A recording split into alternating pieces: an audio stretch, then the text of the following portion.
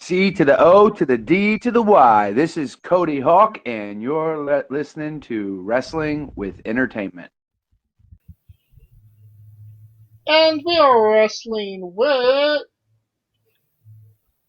Ring of Honor's final battle, the final battle, essentially. We're reviewing it. It was last week, last Saturday, I believe.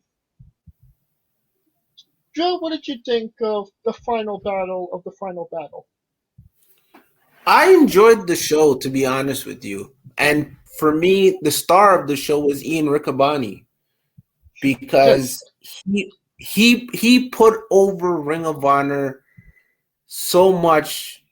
And it was cool that they had the little inserts of guys that had wrestled and were prominent figures in Ring of Honor with those little videos from CM Punk and Bryan Danielson and Adam Cole, stuff like that. That was cool. The matches were pretty cool as well.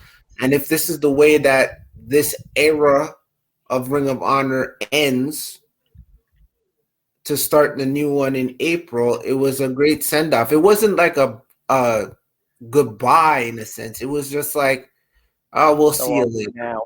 Yeah, we'll see you later. Anything you want to add to that, Scooter? Yeah, I mean, it's not a goodbye. It's so long for now. Kind of wondering why they didn't get Nigel McGuinness. Because he still works for WWE, I believe. Does he? Yeah, yeah. He's on. He's over and doing. That's right. He's in the UK. Oh yeah, that's right. Let's get into it. Definitely not Ray Phoenix. Dragon Lee defeated. Definitely not Ray Horace. Lindsay Dorado. Ray Horace. It was 11 minutes and 21 seconds. Dragon Lee won. You think Dragon Lee's gonna stick around when they come back in April, or is he New Japan bound still? Well, first, I think we need to mention the pre-show here. Only because friggin' Danhausen finally shows up. Because he's for the been last Hausen.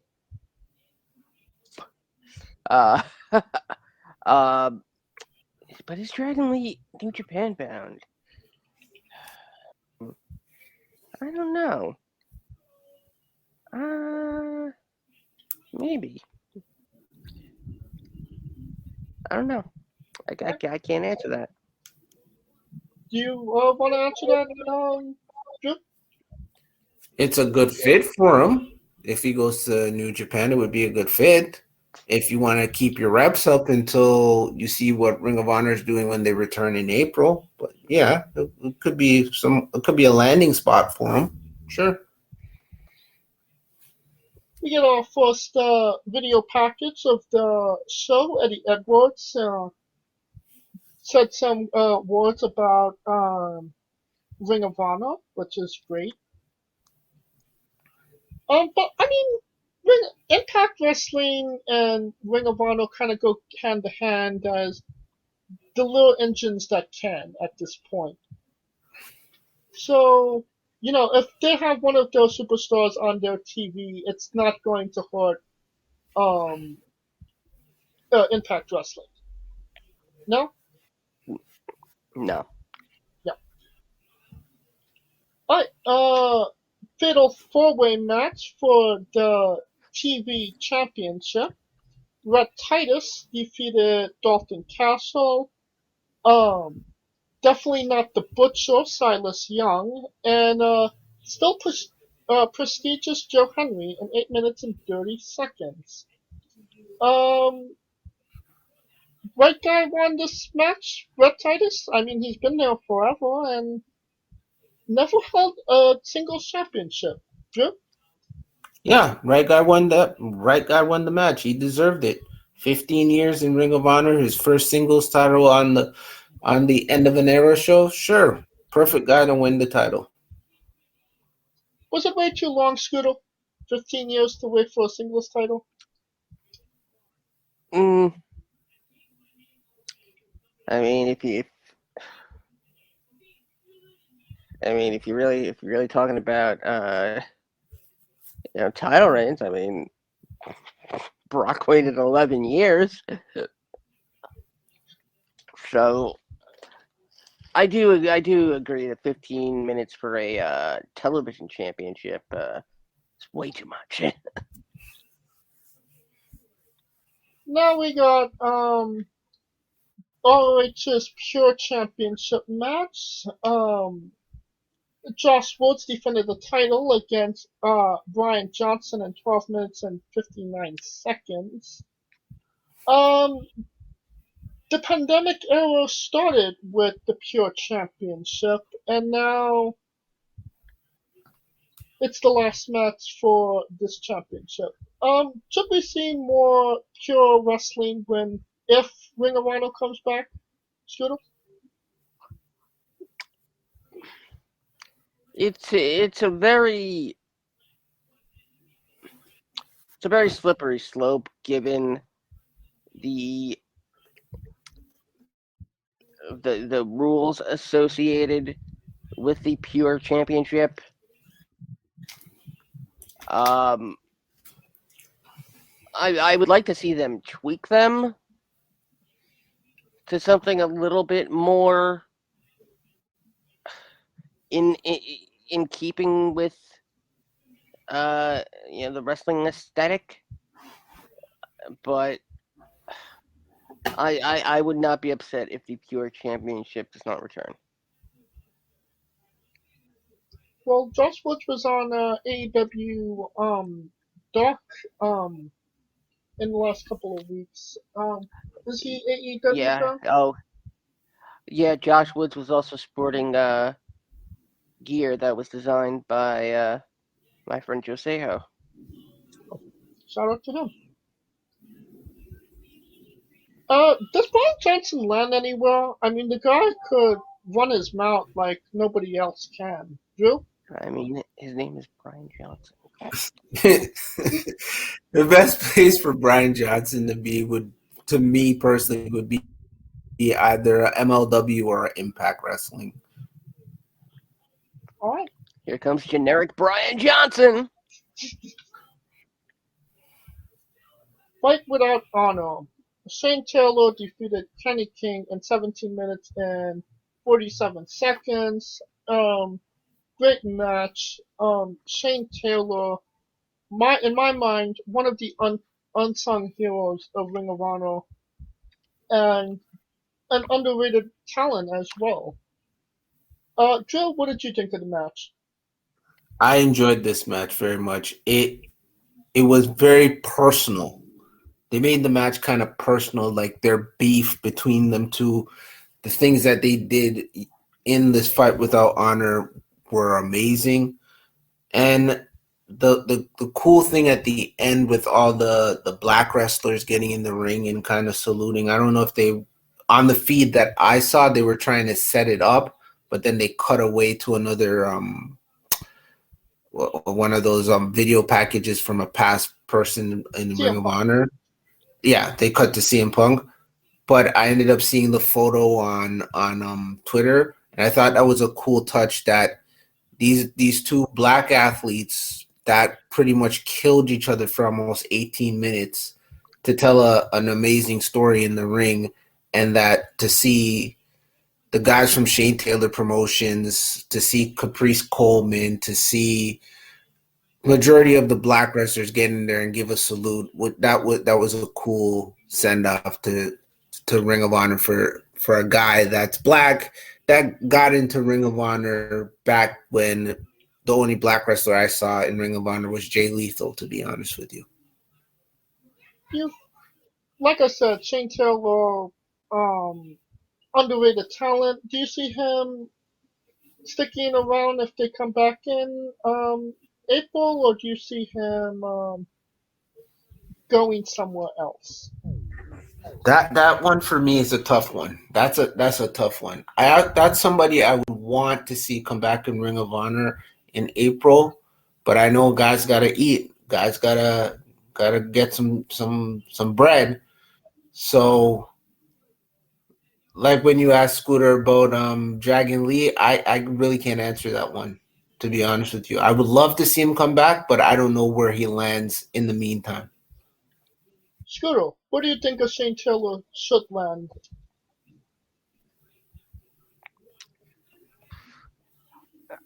I would probably say Shane Taylor is probably a best fit for Impact.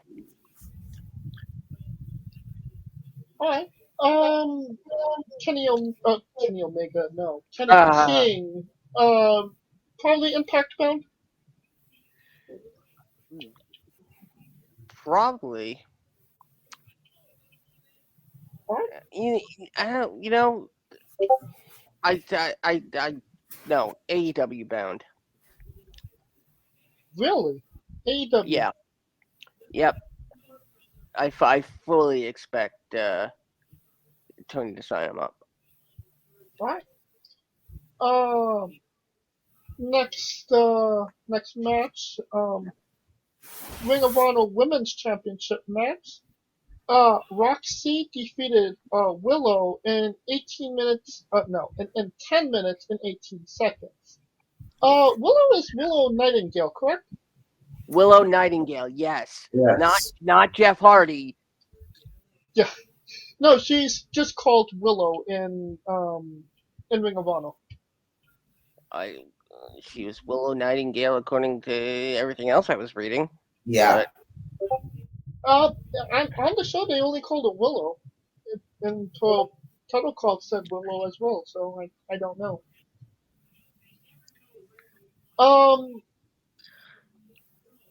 Joe, did the right girl win this match? You did see the match, so you do know that Willow had this match won maybe 3 separate times? Yes. But the right person won the match. I don't think you want to hotshot titles very quickly, even though this is the end of an era and blah, blah, blah. It was the right person that won the championship. Nightingale, we've seen her on AEW a couple times at this point. She's wrestled for NYWC. Yeah. No doubt that this girl is going to land on her feet. Roxy, this was her first big break. Do you see her coming back, or what does Roxy land?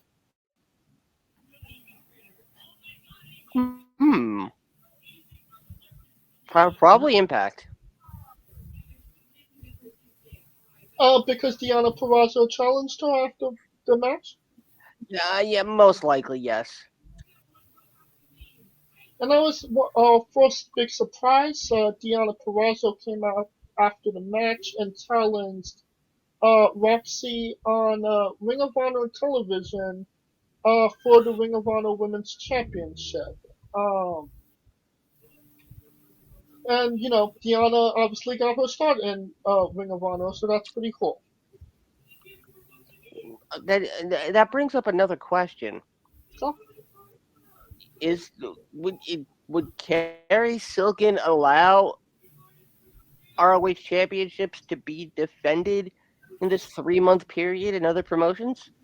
Well, yes, because Carrie Silkin doesn't own Ring of Honor. I was just going to say that. He came out at the end. I mean, he's still a part of the company. He just doesn't own it. It's basically he doesn't own it. It still owns it to me, damn it. Well, He's friends with me on Facebook.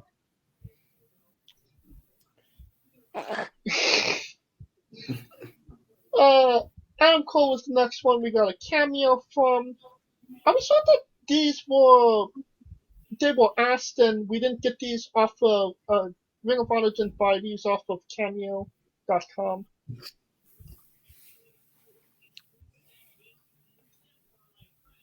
Not gonna touch that? Nope. Okay. And Adam Cole didn't even get to finish because because they cut the feed afterwards. Well, Well, winter was coming. I mean, Britt knows all about that. Violence Unlimited, Brody King, Homicide, Tony Deppen, and Rocky Romero defeated the Foundation, Tracy Williams, Taylor Rust, and Eli Isom in 13 minutes and 32 seconds. It was rumored that Brody King is going to AEW as a part of the House of Black.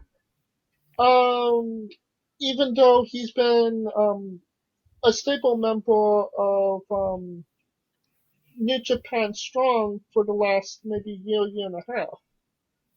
Any thing to these rumors that he might go to AEW? Drew?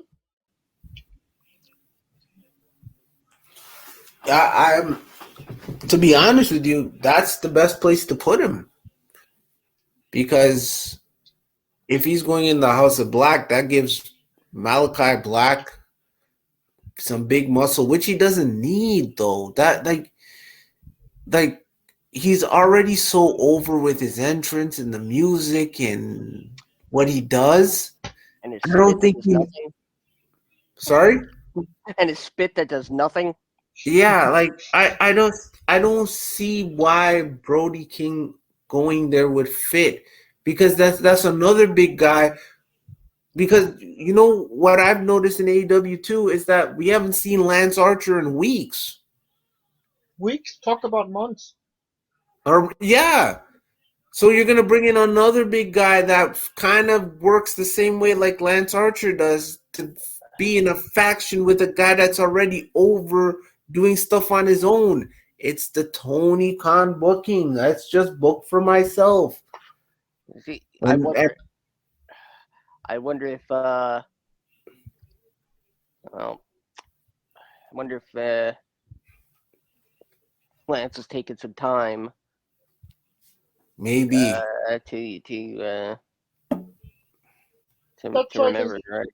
Yeah, his last Jimmy? match was he almost broke his neck. Yeah, I remember that. Yeah. So. But I mean, he's the leader of Violence Unlimited. So, and New Japan still uses them in Strong. So, going to AEW wouldn't be a wise decision for him, no, Scooter? Well, yeah, Unless the money's right. He'll go to AEW and they'll change his name, clearly. Yeah. And if he does become, House of Black, doesn't that just make him Malachi Black Bray Wyatt? Yeah, I guess it does. Ring of Honor Tag Team Championship match. The Briscoes, Mark and Jay defeated the OGK, Matt Taven and Mike Bennett with Maria Canales. Bennett in 15 minutes and 56 seconds.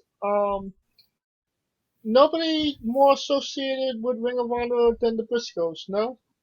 Drew? Nope. They are the face of Ring of Honor. They're the guys. As they said in their promo, the first chapter of the book reads Briscoes, and if this is the last chapter of the book, it will read Briscoe. And the right team went over. There's only one team that should be holding the tag team titles if this is the end, and it's the Briscoe brothers from Sandy Fork, by God, wherever. Delaware. Thank you. After the match, FTR came out and antagonized the Briscoes. So it seems like we're getting a Briscoes FTR match in the future. What do you think that's going to be like, Scooter?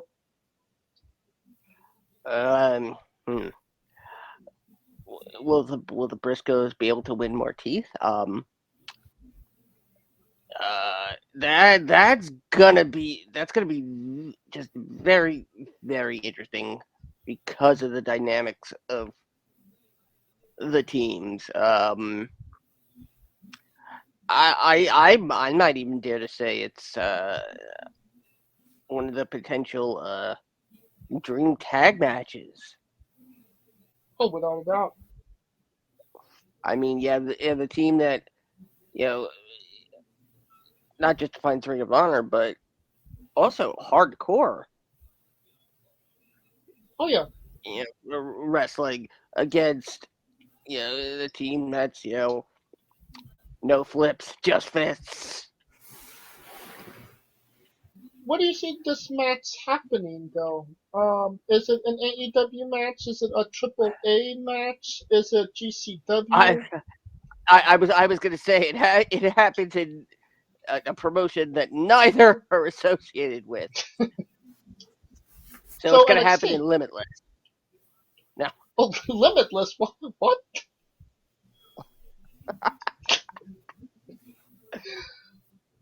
Drew, same question. Where does this match happen?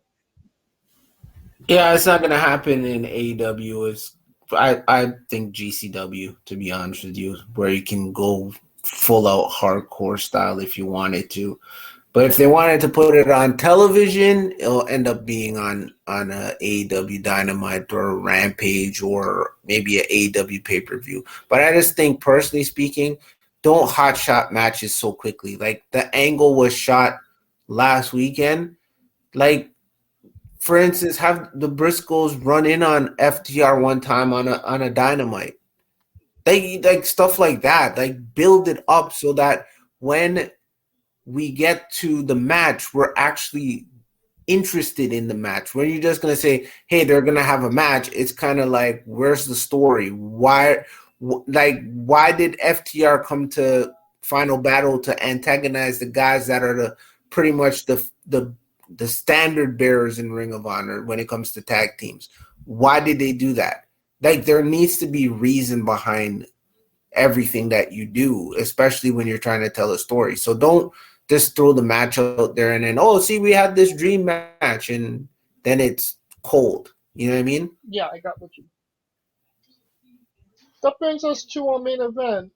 Jonathan Gresham defeated Jay Lethal in 15 minutes and 11 seconds to win the vacant Ring of Honor World Championship. Let's start off by saying that Jay Lethal is not contracted by Ring of Honor anymore. He is AEW. Bandino, the current Ring of Honor champion, tested positive for COVID, could not be at the show, and they needed a replacement. Tony Khan gave them Jay Lethal. Good thing for AEW to help Ring of Honor out a little here, Scooter? Yeah, absolutely. But that does also beg the question, could they not catch a break considering, Bandino was their guy and he couldn't be at their last show? Well, I mean, what are you going to do? I mean, shit happens. Cowboy shit?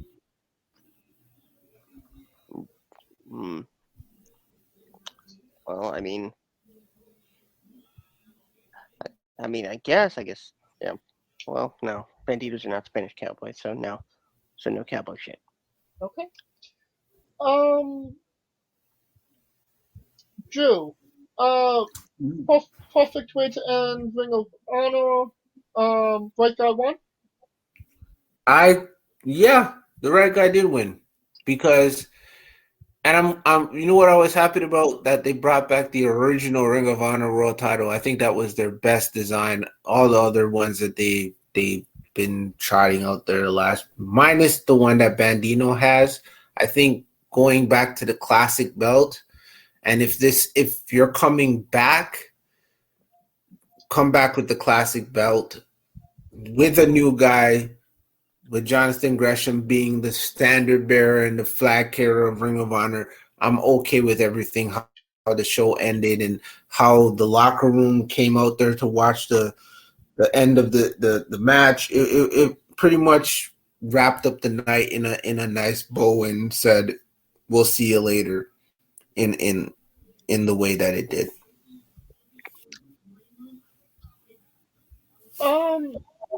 The one thing that just going over this, it didn't seem like any match went over 15 minutes. The longest match on the card was Shane Taylor and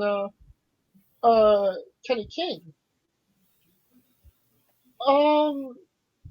Should this match have been a little bit longer? Should this paid preview been a little longer considering it was the last? Or did they hit all the right buttons the right way? Scooter. I think for what it was, I think they did hit all the right buttons in the right way. It was a solid way to go out, while still giving Ring of Honor fans hope.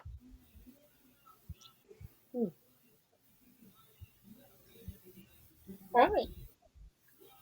That being said, something is coming in April.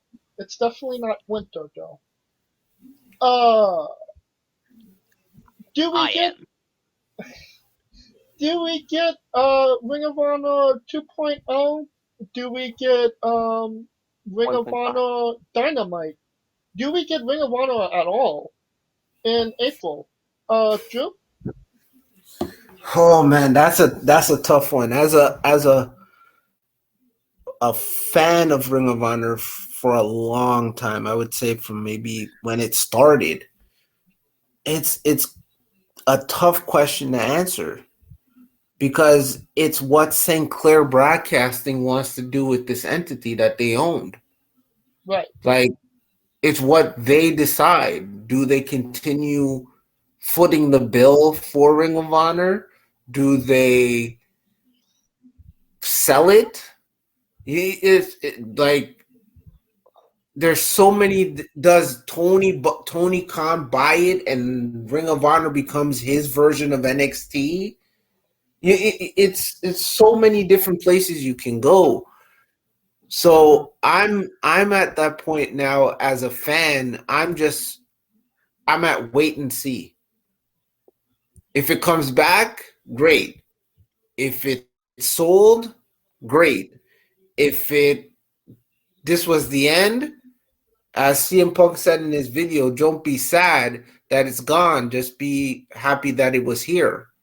And he was right when he said, look at what this Ring of Honor has spawned, because everywhere you turn in the world of professional wrestling, especially with the two big companies that we have, there is some footprint of Ring of Honor. You look at in the WWE, you have Kevin Owens, former Ring of Honor champion. Seth Rollins, former Ring of Honor champion. You go over to AEW, majority of those guys wrestled in Ring of Honor. So Ring of Honor's footprint will be felt for years to come. And I just hope that it does return so that it gives a younger generation an opportunity to learn the world of professional wrestling and make some money doing it. Same question to you, Scooter. Honestly, I think Tony buys it. I think Tony buys it, and I think Tony allows it to keep going. I think Tony wants the entire ROH back catalog, which, as of this show, is now the most wanted back catalog in the history of independent wrestling. And keep in mind, if we factor in time, we won't be seeing an AEW only network until 2048, 2049. Because it took the WWE 30 years. So AEW buys Ring of Honor, but it's still Ring of Honor. And Tony Khan will differentiate it as, it's like NXT, but better. It's not development. It's just more AEW. Alright.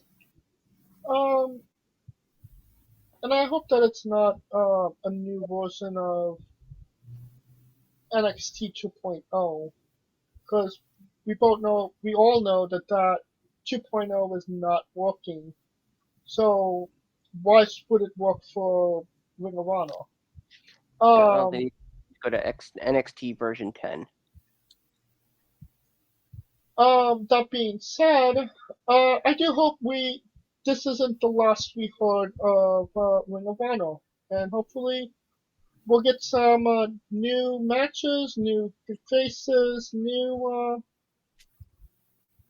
everything, and Ring of Honor still lives with some type of success. Alright. That'll conclude our coverage of Ring of Honor, Final Battle, The Last Dance. Hopefully it's not the last time we will be reviewing Ring of Honor. If you like what we're doing, please like, subscribe, comment, both on YouTube and Castbox. Drew, thank you so much for coming on the show with us again. No problem, man. I missed you guys. I'm glad we can talk wrestling and talk shop before the end of 2002 or 2020 part 2. 2021. No. You're missing years here. It's 2020 version 2. We haven't stopped. The year 2020 hasn't stopped yet. We even though we went to January 1st of 2021, it just feels like we're in Groundhog Day over and over again because of this darn virus known as Corona or COVID or Omicron. All I want to say to people across the globe that listen to this great program, be safe. Just be safe. Do what they tell you to do and just live and be safe. All right? Please. And the best way to live is to listen to the Gr8ful Yardy Podcast, no? Of course. And coming up on the Gr8ful Yardy Podcast, we're going to do our version of the year-end awards. So pretty much I'm going to give you my moments of the year. I'm going to give you my song of the year. I'm going to give you my movie of the year, my TV show of the year, and most importantly, what is the most grateful thing of 2021. So keep it tuned on over on the Gr8ful Yardy Podcast, which is found wherever you download podcasts. So Spotify, Apple Podcasts, Google Podcasts, and Anchor.fm. All right. And of course, this episode and every episode is sponsored by Rogue Energy and Player One Coffee. Join us this Wednesday as we interview Devontes. And of course, you can find us all on social media as well. You can find the show at Wrestling with E, both on Twitter and Instagram for all your wrestling with entertainment needs. Where can they find you, Drew? DWrestling99 on Twitter, Drew Wrestling 99 or Drew _Wrestling 99 on Instagram. I gotta remember my own tags here. And you can hit me with an email that is Mr. Drew Wrestling 99 at gmail.com. And of course, you can follow Kaliko at I am Kaliko. You can follow me at JamesShane993. And where can they find Scooter? As always, you can find me on Twitter at ScooterDust, and of course on the Remix with James bringing you the only live streaming alternate commentary podcast still on the web today, coming at you on January 1st with day one-ish. And it's Thankmas all this month over on Twitch. Join me, Enrico Constantino Jr., and the rest of the Smoking Dragons as we raise money for New Story, a charity that builds homes for those that desperately need it in these trying times. And they do it via 3D printed houses at only the cost of $10,000 a house. Great news is that we have already trumped last year's goal of $18,556. We have raised, as of this recording, a little over $19,000, and they're going to do something at 20 grand. But I have promised that if we can raise 20 grand over on the Smoking Dragons Twitch channel, I will cut my hair, which has not been cut in 4 years. Are we talking like a little trim here? No, we're talking bald. We're talking bald. We're talking. I gotta grow it in for another 4 years, and that's twitch.tv/Smoking Dragons. You got until the end of the month to get me to cut my hair. All right.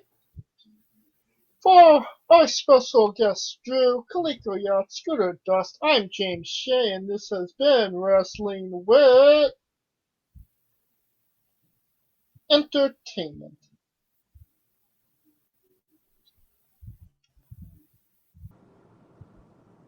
Hey guys, this is Brutal Bob Evans from Hangs with Bob Seminars and TheWrestleLife.com, and you are listening to Wrestling with Entertainment, one of my favorite podcasts in the whole wide world. Hey folks, this is the Colossal Mike Law, and you are listening to Wrestling with Entertainment. Enjoy the show, support these guys. We appreciate it very much. We'll see you at ringside.